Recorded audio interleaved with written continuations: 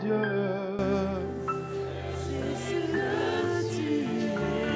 Alléluia. Oh, alléluia. Gloire au Seigneur, veuillez vous rasseoir. Gloire à Dieu. Nous allons donc nous préparer à recevoir la parole du Seigneur.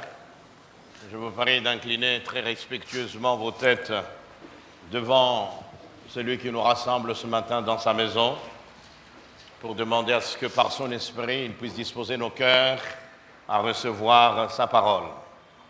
Nous savons tous combien sa parole est bonne, merveilleuse, combien elle est indispensable, combien elle est d'une nécessité absolue, puisque par sa parole, non seulement le Seigneur se révèle à nous, par sa parole, eh bien, il nourrit notre âme, notre esprit, par sa parole, il fortifie notre foi.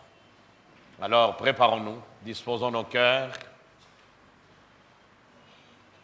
pour qu'ils soient prêts d'accueillir favorablement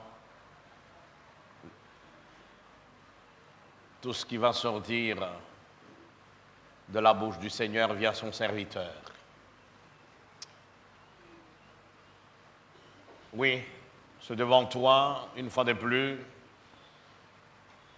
que nous nous asseyons, Seigneur, afin de recevoir de toi ta parole. Merci pour ce privilège que nous avons de manger ta parole dimanche après dimanche. Merci, Seigneur, de nous aider à demeurer attachés à la vérité de ta parole, surtout dans ces temps de la fin qui sont caractérisés, Seigneur, par la diffusion et l'enseignement de toutes sortes de fausses doctrines. Seigneur, des enseignements qui n'ont aucun fondement apostolique, des enseignements qui sont d'inspiration démoniaque. Dans un monde pareil, Seigneur, traversé par différents courants philosophiques ou par toutes sortes d'idéologies, nous avons plus que jamais, Seigneur, intérêt à rester attachés à la vérité de ta parole, même lorsque celle-ci nous fait mal. Mais mieux vaut pleurer un temps et se réjouir pour l'éternité, plutôt que, Seigneur, de laisser le mensonge nous caresser, nous distraire, nous cajoler et nous entraîner un jour dans des larmes éternelles, dans des pleurs éternels et des grincements de dents terribles et horribles, loin de toi. Parle-nous, fais-nous du bien. Seigneur, dépose cette parole dans nos cœurs, mais bénis également ton serviteur, donne-lui de proclamer cette parole avec, Seigneur, ta sagesse et sous ton onction. Merci Jésus. Merci pour tout. Amen. Gloire à Dieu.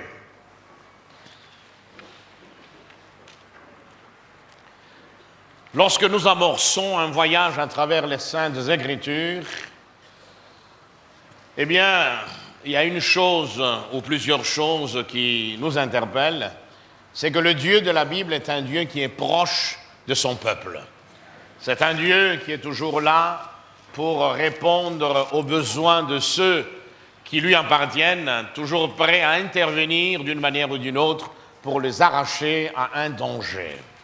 Je vais donc aujourd'hui parler des interventions divines, voir comment notre Dieu peut intervenir lorsque nous sommes dans une situation difficile.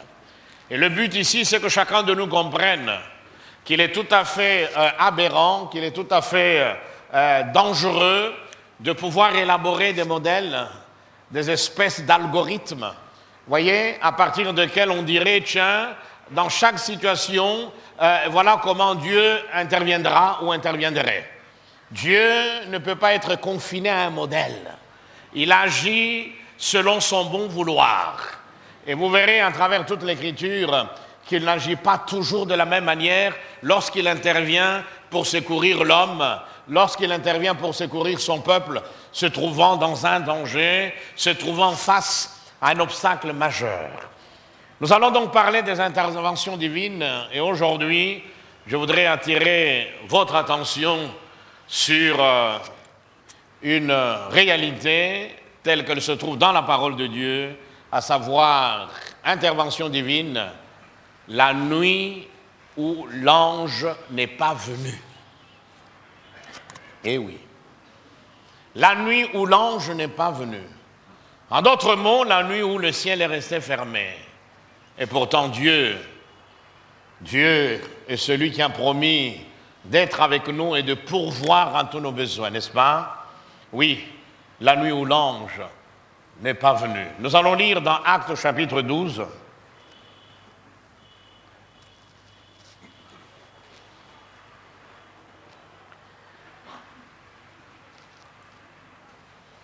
Actes chapitre 12, nous allons lire les 12 premiers versets. Nous lisons le livre des Actes des Apôtres. À partir du premier verset, nous lisons « Vers ce temps-là, le roi Hérode, il s'agit donc de Hérode Agrippa Ier, porta les mains sur quelques membres de l'Église pour les maltraiter et fit mourir par l'épée Jacques, frère de Jean. Voyant que cela était agréable aux Juifs, il fit en outre arrêter Pierre. C'était pendant le jour des pains sans levain. Après l'avoir saisi et jeté en prison, il le mit sous la surveillance de 4 escouades, de 4 soldats chacune, avec l'intention de le faire comparaître devant le peuple après la Pâque. Pierre était donc gardé dans la prison. Sans relâche, la prière montait de l'Église vers Dieu pour lui. Hérode allait le faire comparaître. Cette nuit-là, Pierre, lié de 2 chaînes, dormait entre 2 soldats et des sentinelles devant la porte, gardaient la prison. Voici qu'un ange du Seigneur survint et qu'une lumière brilla dans la cellule. L'ange réveilla Pierre en le frappant au côté. Puis il dit, « Lève-toi promptement. » Les chaînes tombèrent de ses mains, et l'ange lui dit, « Mets ta ceinture, attache tes sandales. » Et il fit ainsi. L'ange lui dit, « Enveloppe-toi de ton manteau et suis-moi. » Pierre sortit et le suivit. Il ne savait pas que l'intervention de l'ange était vraie, mais il pensait avoir une vision. Lorsqu'ils eurent passé la première garde, puis la seconde, ils arrivèrent à la porte de fer qui mène à la ville. Elle s'ouvrit d'elle-même devant eux. Ils sortirent et s'avancèrent dans une rue. Aussitôt, l'ange le quitta. Revenu à lui, Pierre dit, « Maintenant, je sais vraiment que le Seigneur a envoyé son ange et qui m'a délivré de la main d'Hérode de tout ce que le peuple juif attendait. » Après réflexion, il se dirigea à la maison de Marie, mère de Jean, surnommée Marc, où un certain nombre de personnes étaient réunies et priaient. Amen. Gloire à Dieu. La nuit où l'ange n'est pas venu. Comme je l'ai souligné, ou je viens de le souligner, le chapitre 12 du livre des Actes nous révèle, à l'instar d'autres passages de la parole de Dieu, que ce soit dans l'Ancien Testament ou dans le Nouveau Testament, ces chapitres nous révèlent donc comment le Seigneur notre Dieu a le pouvoir d'intervenir en faveur de ses enfants, a le pouvoir de délivrer tous ceux qui lui appartiennent d'un danger quel qu'il soit.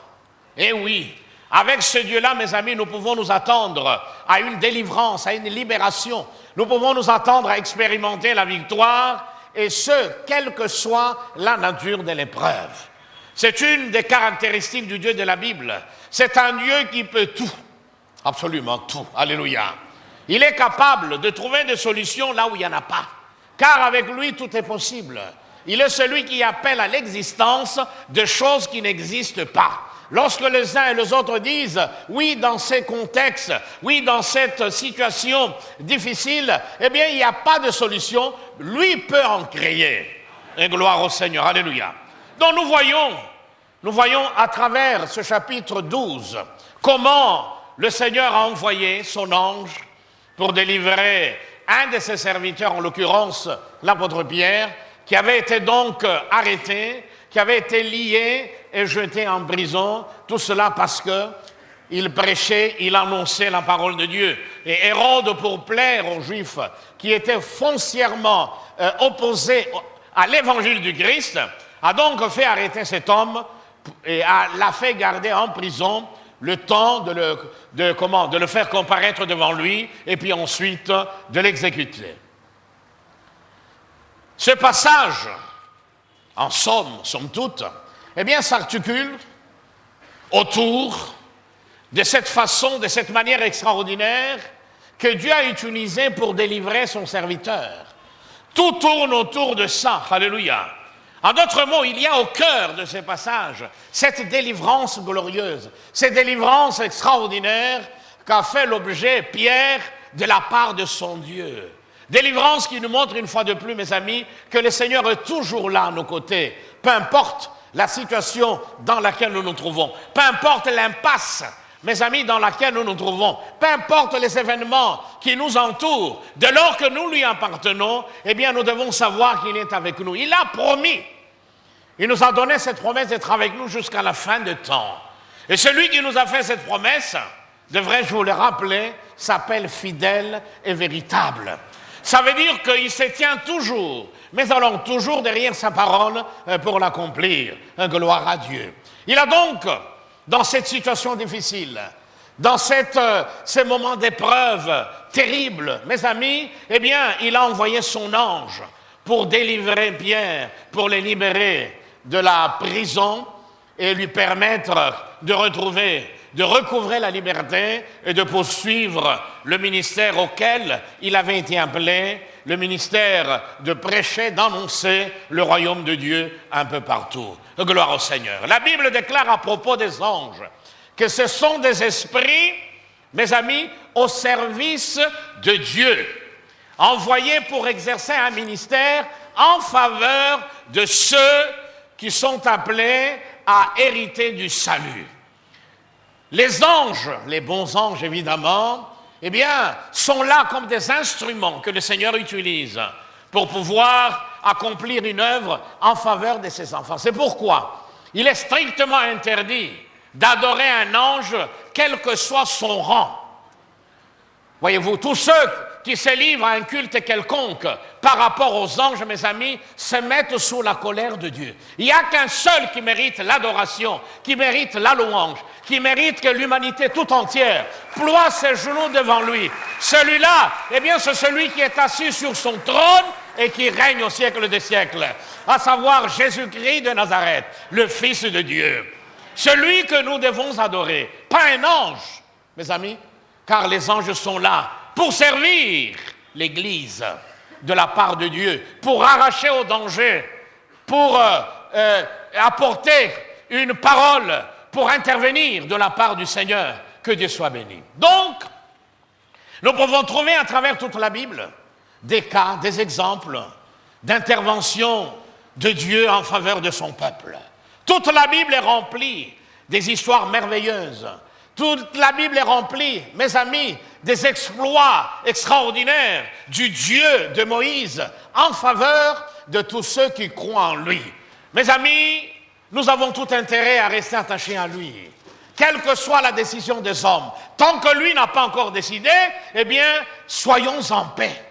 Continuons à avancer, car celui qui tient les rênes de nos vies, celui qui tient nos vies dans sa main, est celui qui conduit et qui finit toujours, comme nous l'avons vu le dimanche dernier, alors que nous passons par des étables, des désespoirs, des hontes, de mépris, d'humiliation, il est capable de finir par utiliser tout ce qui nous fait du mal, tout ce qui contribue à notre honte, à notre humiliation, à notre mépris, il est capable de finir par transformer cela et d'en faire des circonstances qui nous permettent d'expérimenter sa gloire.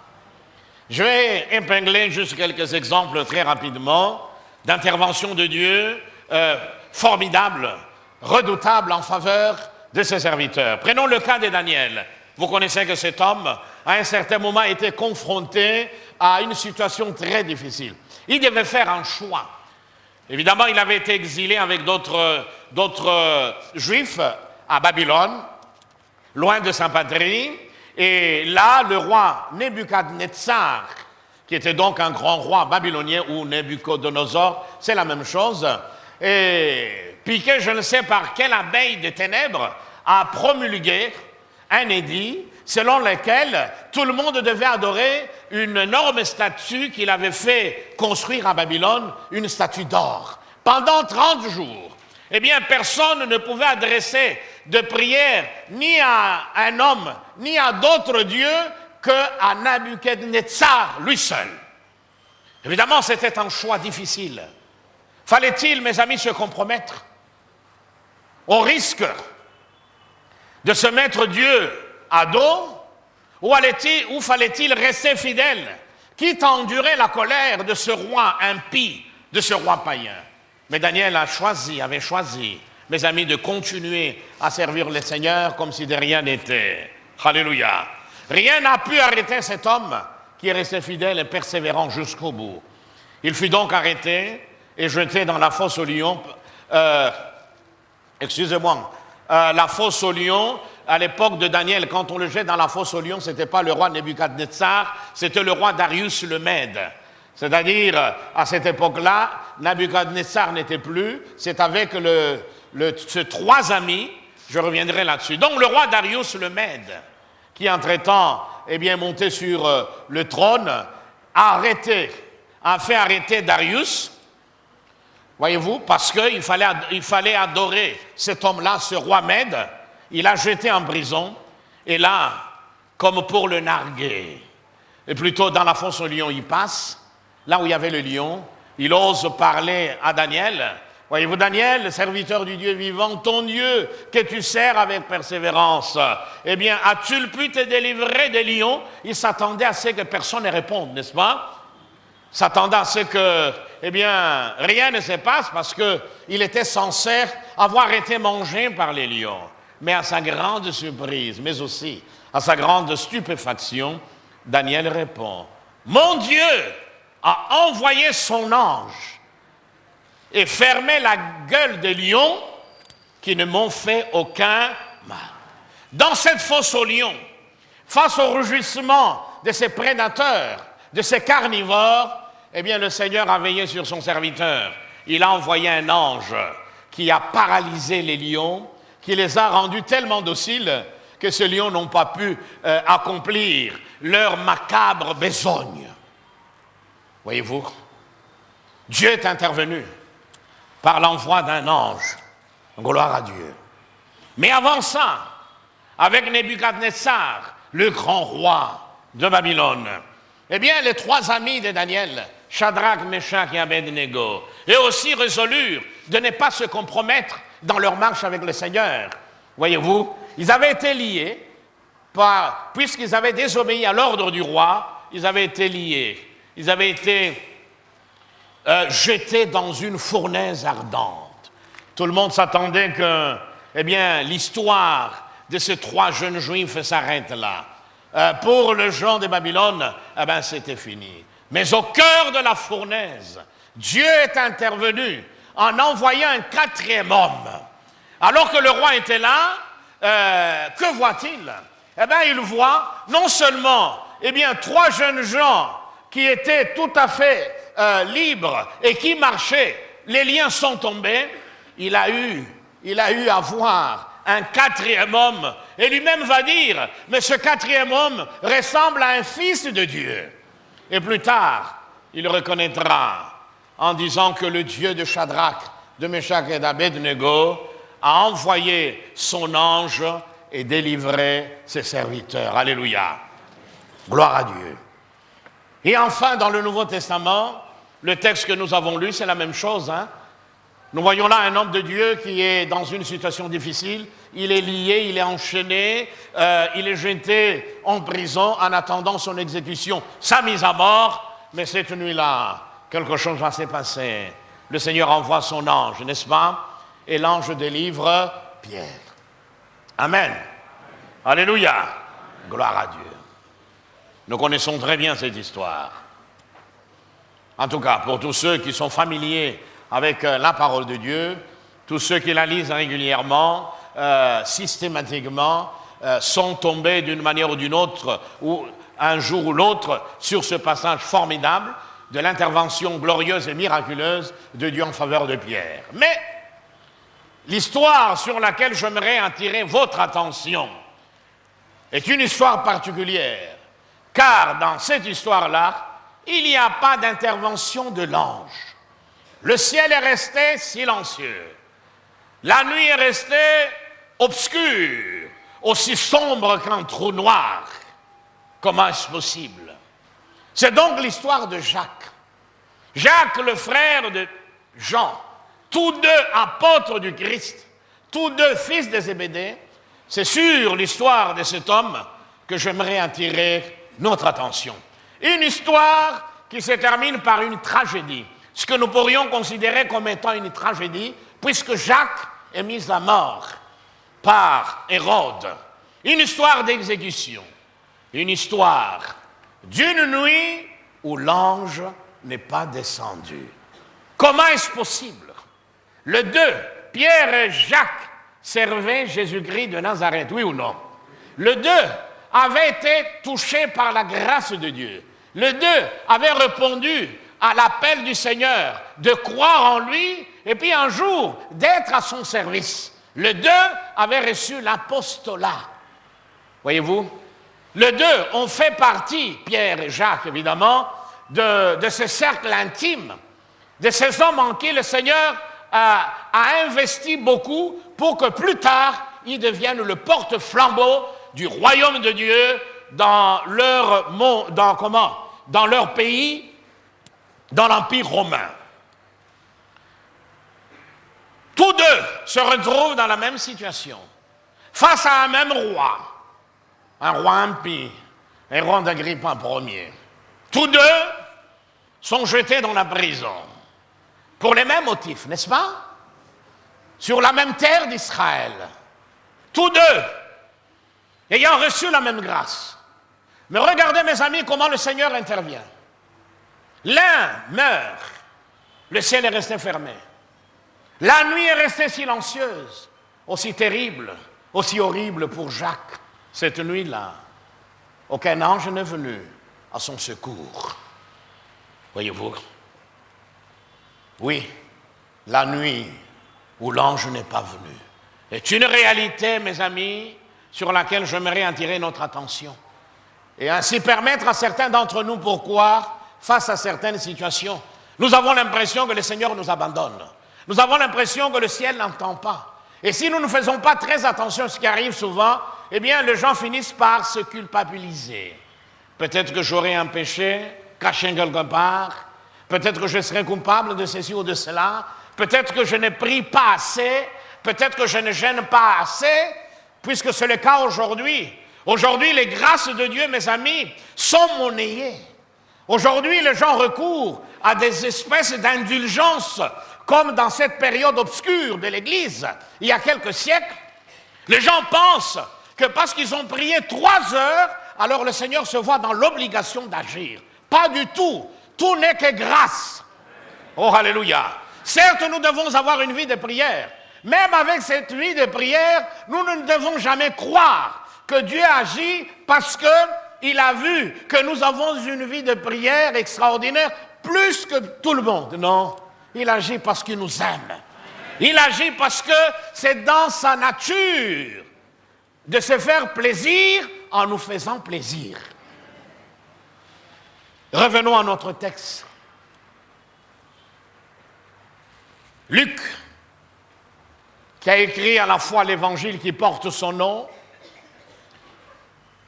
et le livre des Actes, parle de cette tragédie, parle de cette histoire, mes amis, comme s'il parlait d'un fait divers, comme si c'était un événement qui n'avait pas d'importance. Écoutez ce qu'il dit, nous l'avons lu au verset 2.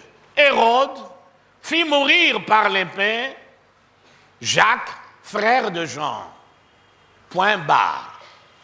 Comment est-ce possible? Et puis ensuite, il va raconter l'histoire de la délivrance de Pierre avec beaucoup de détails.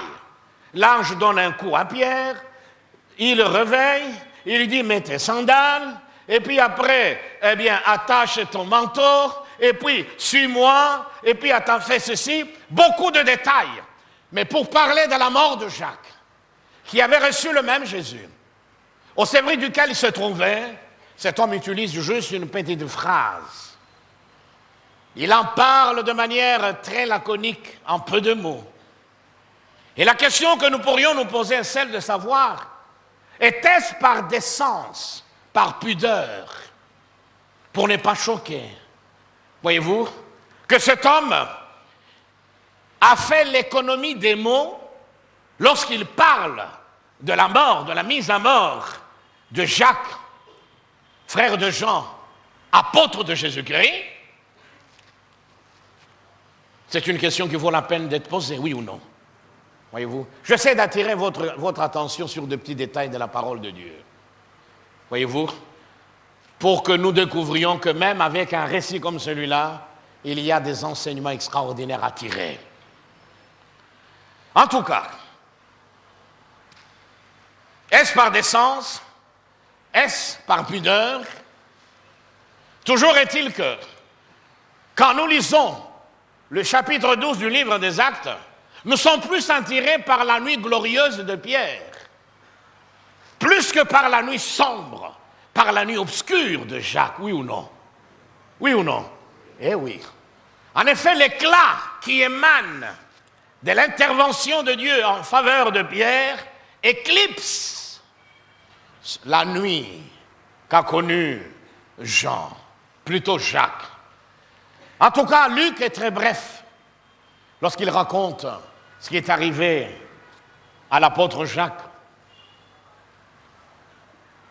Dans le flux du récit, eh bien, nous voyons que cette petite phrase, Hérode fit mourir par l'épée Jacques, frère de Jean, cette petite phrase précède, comme nous l'avons vu, eh bien, la scène spectaculaire, la scène extraordinaire de l'intervention de Dieu par un ange en faveur de Pierre.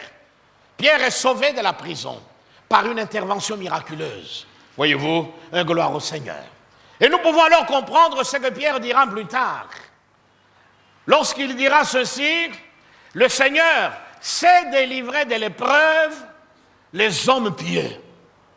Il devait certainement avoir à l'esprit cette expérience que lui-même avait faite des années auparavant, où lui avait fait l'objet d'une intervention de la part de Dieu. Le Seigneur l'avait délivré de cette épreuve. Et il dira plus tard, dans 2 Pierre, chapitre 2, verset 9, que vous pourriez lire. Mais la nuit où Jacques est en prison, l'ange n'est pas venu.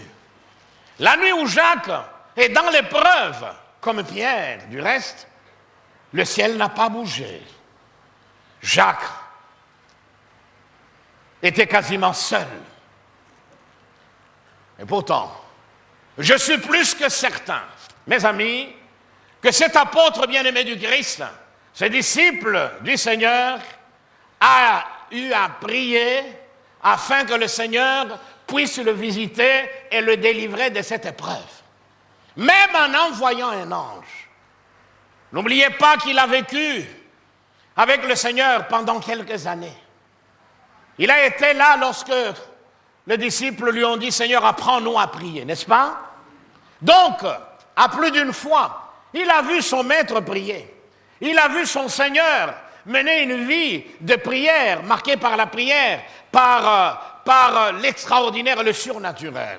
Donc, nous pouvons supposer que cet homme a eu à prier dans ce temps d'épreuve, dans ce temps, mes amis, où tout était obscur, dans cette épreuve terrible, horrible, cet homme a eu à prier, s'attendant peut-être que le Seigneur envoie un ange. Eh oui, il s'attendait à ça, car, rappelez-vous, mes amis, que lui, Jacques, et les autres apôtres avaient déjà été arrêtés auparavant par les Juifs fanatiques, par les Juifs, les chefs juifs.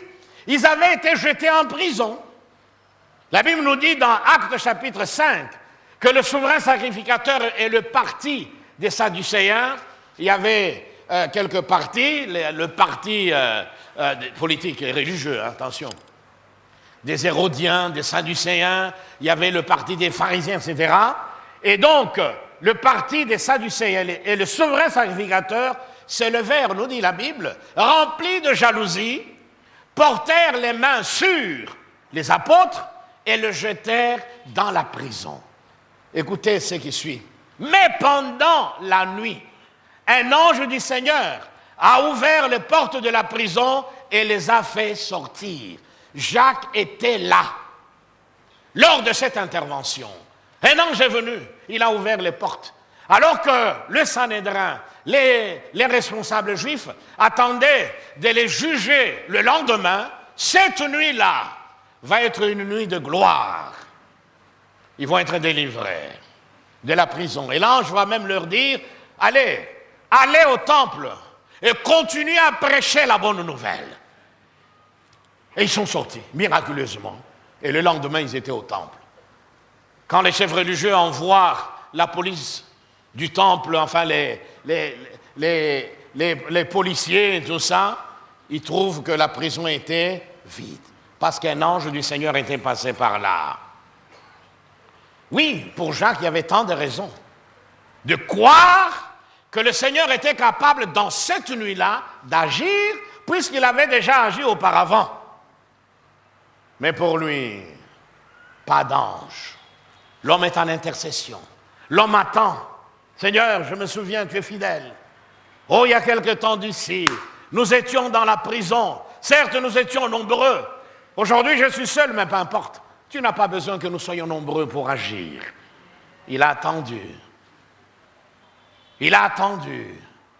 Et pendant qu'il attendait, les heures défilaient, les unes après les autres, se disant, tiens, minuit, peut-être qu'il va agir à 1h du matin, 2h, rien du tout. La nuit passe. Le ciel est resté silencieux.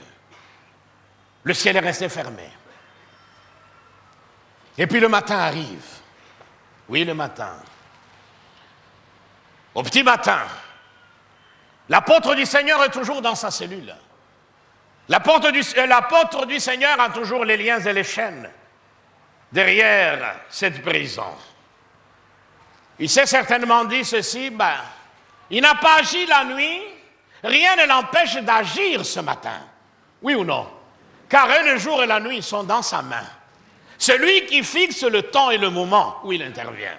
Peut-être que ce n'était pas son temps d'intervenir la nuit, alors le matin, l'homme continue à croire, à s'attendre à ce que le Seigneur puisse envoyer un ange. Voyez-vous, il s'est certainement souvenu de ce matin glorieux qu'ils avaient tous expérimenté avec d'autres disciples, avec Pierre, évidemment. Ce matin-là, ils étaient tous, cette nuit, une nuit, ils étaient partis pêcher. Et ils ont travaillé toute la nuit sans rien attraper. Et voilà que le matin arrive et quelque chose d'extraordinaire se passe ce matin-là. Sur le rivage du lac de Tibériade, la Bible nous dit que le Seigneur était là. Il leur pose la question, « Avez-vous du poisson? Avez-vous pris du poisson? » « Non, répondit-il. Nous avons travaillé toute la nuit, rien ne s'est passé. » Eh bien, le Seigneur réagit en leur disant, « Écoutez, jetez le filet du côté droit de la barque et vous trouverez. » Ils obéissent, nous sommes le matin, n'est-ce pas? Ils jettent le filet et résultat, ils attrapent beaucoup de poissons, alléluia. Ils ont connu une nuit terrible, une nuit cauchemardesque, une nuit obscure, une nuit d'échec, une nuit de frustration, une nuit de désespoir. Mais après cette nuit, il y a eu un matin de gloire, n'est-ce pas? Cela a dû conforter l'homme de Dieu, le frère en Christ, l'apôtre Jacques, en disant, oui, il n'a pas agi la nuit, il peut agir le matin, parce que nous l'avons vu agir. Nous avons eu à connaître de nuit où il n'est pas intervenu. Et puis tout d'un coup, le matin, il est apparu et il nous a visités. Gloire au Seigneur. Voyez-vous? Mais rien ce matin-là non plus. Ah! Seigneur, où es-tu? Où es-tu? Le temps passe. Nous sommes le matin. C'est le jour où il devait être exécuté.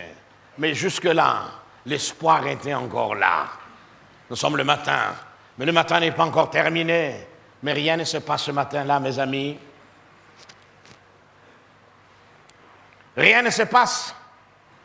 Jusqu'à ce qu'il entende ce matin-là la voix tant redoutée du bourreau qui cria « Allez chercher le prisonnier, amenez-le-moi !» Les soldats exécutent. Ils vont vers la cellule où se trouvait l'homme de Dieu. Ils vont le prendre pour l'amener chez le bourreau. Le quelques pas qui menait Jacques, s'il vous plaît, le quelques pas qui menait Jacques au lieu d'exécution fut rempli, je suis convaincu, d'intenses prières. Seigneur, même à la dernière seconde, tu es capable d'agir. On vient chercher Jacques. Jacques est en intercession. Jacques vient dire, Seigneur, même à la dernière seconde, tu es capable d'étendre ta main de délivrance et de me faire sortir de cette situation. On vient, on le prend. Là où il y avait la cellule et là où se trouvait le lieu d'exécution, quelques encablures. Et dans cette petite distance-là, Jacques a continué à intercéder. Il connaissait la puissance de la prière. Il savait que le Dieu de la Bible, le Dieu au service duquel il se trouvait, est un Dieu qui répond à la prière, qui entend la prière lorsque ses enfants crient à lui. Rien ne s'est passé.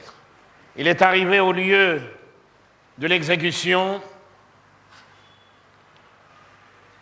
Le bourreau se prépare, le temps d'apprêter le glaive.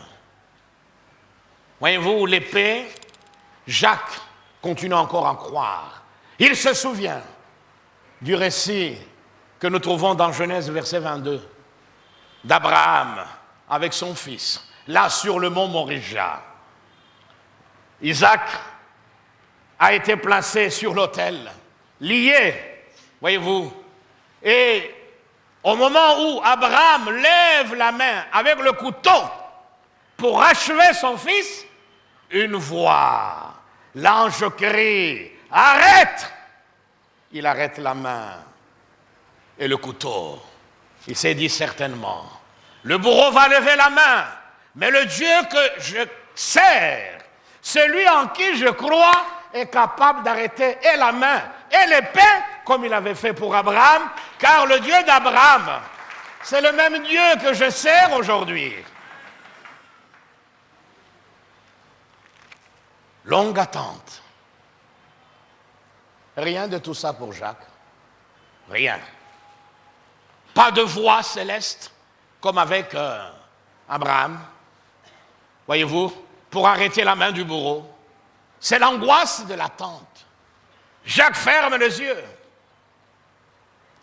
Je suppose que tout ceci était encadré par un protocole. Vous savez, les soldats sont là, debout, tout ça. Il entend tout ça. Bourreau, levez les mains avec l'épée. Alors mettez-vous à la place de Jacques. Il s'est dit, Seigneur, même à la dernière seconde, même si le bourreau entre-temps lâche l'épée, tu es capable de la dévier. Il avait toutes les raisons de le croire. Mais l'épée finit par tomber sur Jacques, sur l'apôtre bien-aimé du Christ, au service du même Seigneur. Jacques est mis à mort. L'ange n'est pas venu la nuit. Il n'y a pas eu de matin glorieux, si ce n'est la mort d'un serviteur de Dieu. Pas de délivrance. Oui. Vraiment? Vraiment, pourrions-nous dire, pas de délivrance? Voyons tout cela de plus près. Gloire au Seigneur.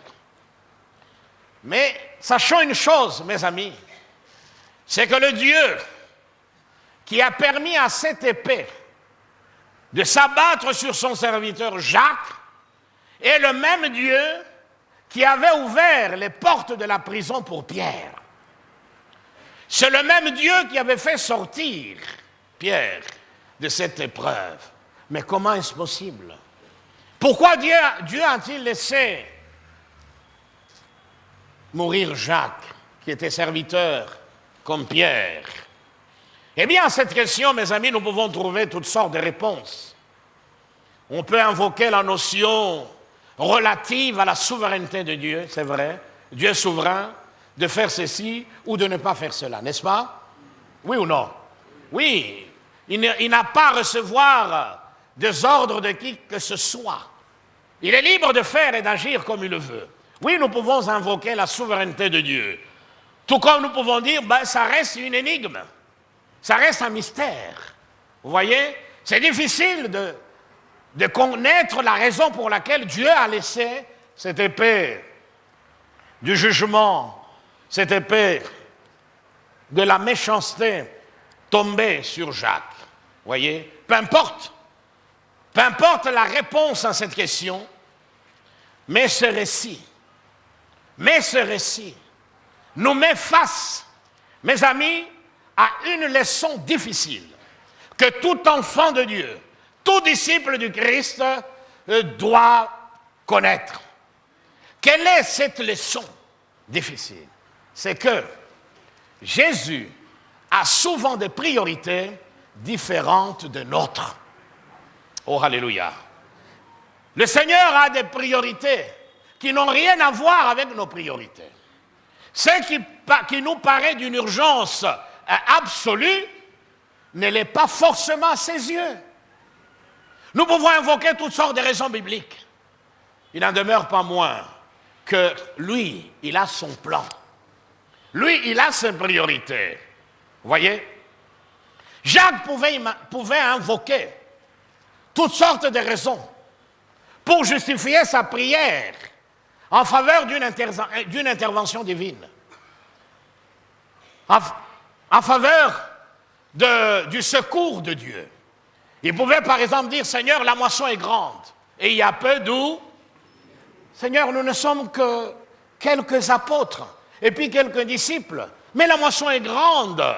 Si moi, aujourd'hui, on me tue, Seigneur, ça sera un serviteur de moins, oui ou non? Nous avons besoin d'avoir plus d'ouvriers. N'est-ce pas toi qui avais dit, la moisson est grande, il y a peu d'ouvriers. Priez pour que le maître de la moisson envoie des ouvriers dans sa moisson. Il pouvait invoquer cela. C'est une raison tout à fait juste, oui ou non? Et même valable pour implorer Dieu, pour s'attendre à une délivrance de sa part. Vous pouvez dire, Seigneur, il y a beaucoup d'âmes à gagner. Qu'est-ce que cet homme va gagner en me tuant? Seigneur, qu'est-ce que les uns et les autres vont penser? Ne vont-ils pas dire, oh, leur Dieu, il est incapable de délivrer ses enfants. Seigneur, pour ton honneur, Seigneur, pour ta gloire, permets que cette épée ne tombe pas sur moi. Mais non, l'épée est quand même tombée. La nuit est restée obscure sans l'intervention de l'ange. Mes amis, il y aura dans notre vie de nuit où l'ange ne descendra pas pour nous apporter le secours que nous demandons. Pourquoi? Eh bien parce que le Seigneur a autre chose de meilleur à nous donner. Nous lui demandons du bronze, nous lui demandons de l'argent, métal, mais lui, il a en réserve de l'or. Alors, ne t'en fais pas. S'il ne te donne pas le bronze aujourd'hui, c'est qu'il y a mieux pour toi qu'il garde en réserve. Continue simplement à croire en lui. Jacques, je ne t'ai pas abandonné. Je sais ce que je suis en train de faire. Oui, le Seigneur n'a pas oublié Jacques. Non. Il pouvait lui dire, Jacques, je ne réponds pas à ta prière, je vois tes larmes.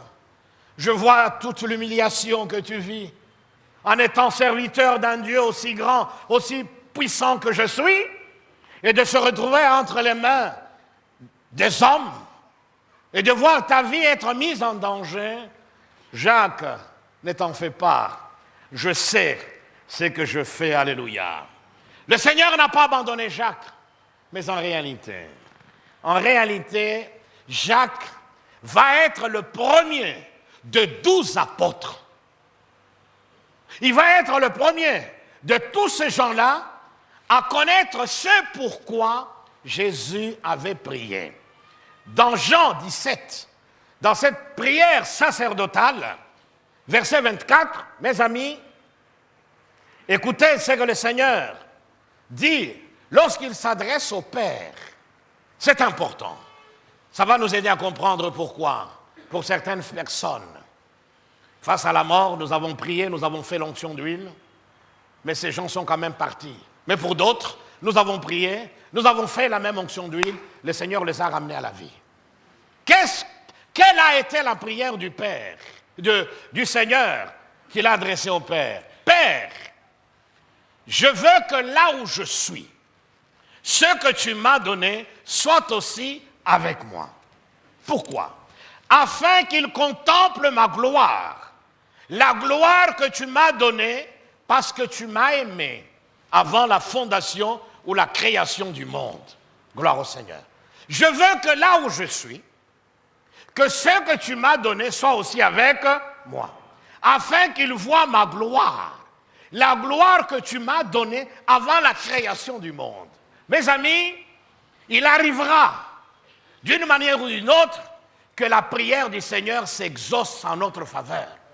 Nous allons prier, nous allons intercéder. Seigneur, ramène-nous à la vie ce frère. Il est important pour le ministère, il est important pour la famille. Seigneur, il n'y a que lui. Oh Dieu, s'il te plaît, nous crions à toi. Et personne. Et la nuit reste obscure et pas d'ange. Et puis la personne s'en va. Parce qu'il y a une gloire beaucoup plus grande que tout ce que nous pourrions trouver sur cette terre. Gloire à Dieu. De 12, celui, mes amis, qui est arrivé le premier dans le royaume du Père, de 12 apôtres, il est le premier à expérimenter cette gloire qu'il avait entendu parler de la part de son maître. De 12, il est le premier à être accueilli de part et d'autre par des anges, par des archanges. Lui, le saint apôtre du Christ, lui qui avait reçu cet appel, même dans l'éternité, dans la nouvelle Jérusalem, le nom de Jacques sera là, puisque la ville sera fondée, aura pour fondement les 12 apôtres du Messie. Oh, alléluia! La gloire, il a vu. Et ce qu'il a vu valait plus que l'intervention de l'ange en faveur de Pierre. Pierre est sorti. Pierre a vu les chaînes tomber, n'est-ce pas? Pierre a vu la lumière briller. Pierre a vu l'ange, il a entendu l'ange lui parler. Pierre a suivi l'ange. Mais Jacques, aussitôt que l'épée tombait sur lui, ce n'est pas un ange qui s'est mis à suivre, mais c'était son Dieu de gloire.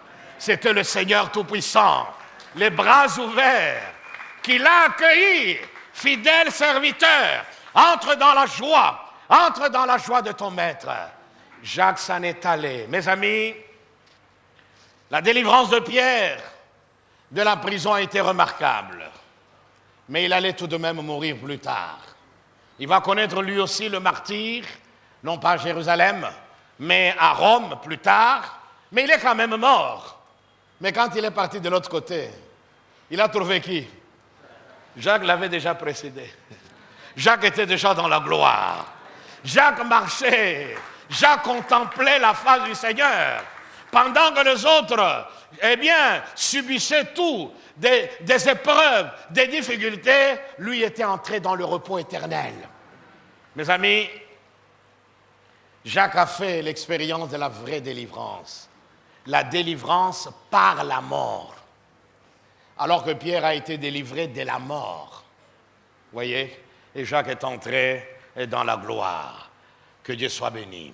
Oui, la Bible dira plus tard, la mort a été engloutie par celui qui est la résurrection.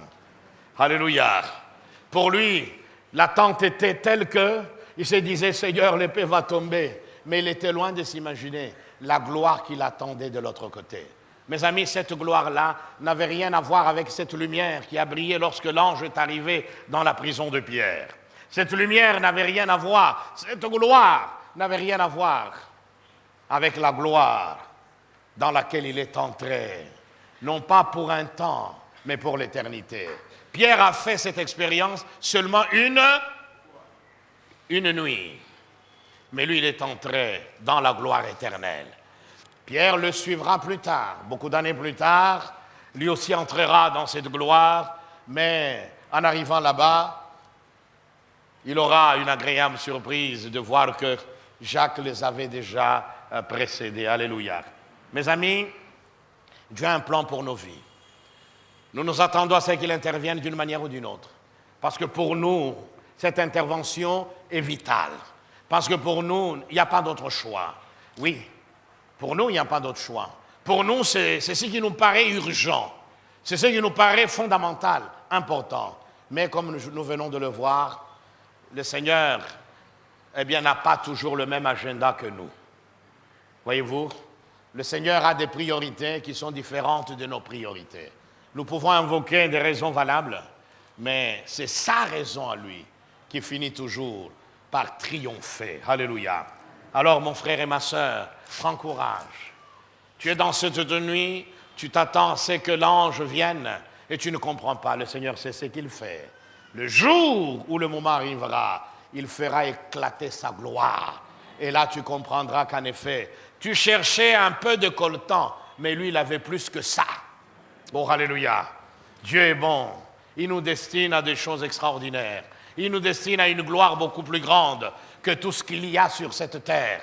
Nous pouvons expérimenter des choses, mais il n'y a rien qui puisse équivaloir. Il n'y a rien qui puisse ressembler à la gloire du Seigneur dans son ciel de gloire.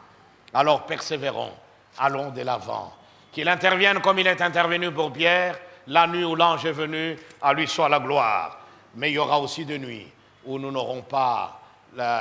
verrons pas l'ange, la main de Dieu intervenir de manière miraculeuse, où nous allons dépendre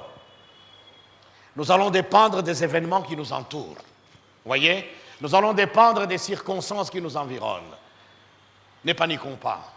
Tant que lui est à bord, eh bien notre barque ne coulera pas. Elle peut tanguer, voyez-vous, mais elle ne fera jamais naufrage, parce que lui est là. Voyez-vous, il ne calme pas la tempête tout de suite, il sait pourquoi.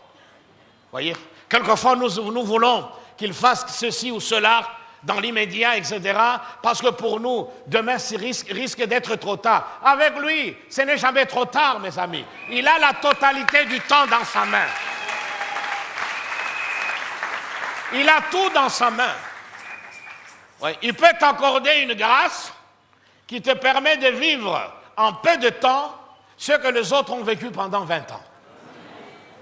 Oh, alléluia. Oui, ça c'est notre Dieu.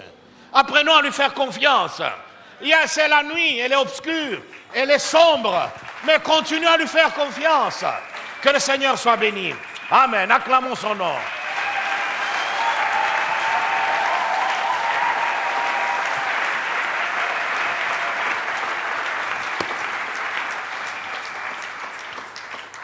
Gloire à Dieu. Nous allons incliner nos têtes dans la prière.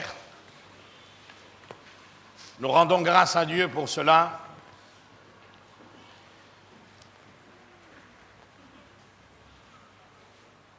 Tu as été interpellé par le message. Tu te reconnais dans ce message. Tu es comme dans une prison. Tu es comme dans une prison. Tu cherches la délivrance par tous les moyens. Tu prends du temps dans le jeûne et dans la prière, mais tu as l'impression que le ciel reste fermé. Tu as l'impression qu'au ciel, c'est silence radio. Voyez, tu veux que le Seigneur intervienne miraculeusement, comme il a déjà eu à le faire à plus d'une fois dans ta vie. Mais cette fois-ci, tu as l'impression que la nuit s'étire en longueur. Tu as l'impression que c'est une nuit qui risque de ne pas connaître de matin. Prends courage, mon frère, laisse son plan s'accomplir. Prends courage, ma sœur, il sait ce qu'il fait. Ses voies sont insondables. Il a sa manière à lui d'intervenir. N'essaye pas de lui imposer. N'essaye pas de forcer les choses. En voulant créer certaines circonstances, ça risquerait de t'éjecter hors de son plan, hors de sa voie. Alors, prends courage. Si tel est ton cas, j'aimerais que nous puissions prier pour toi ce matin. Je te demande simplement de te lever là où tu es, en toute humilité. Merci pour ceux qui s'élèvent. Oui, il y a des nuits où l'ange ne viendra pas, mais ce n'est pas pour autant que Dieu t'aura oublié. Non, c'est parce qu'il a autre chose à te donner.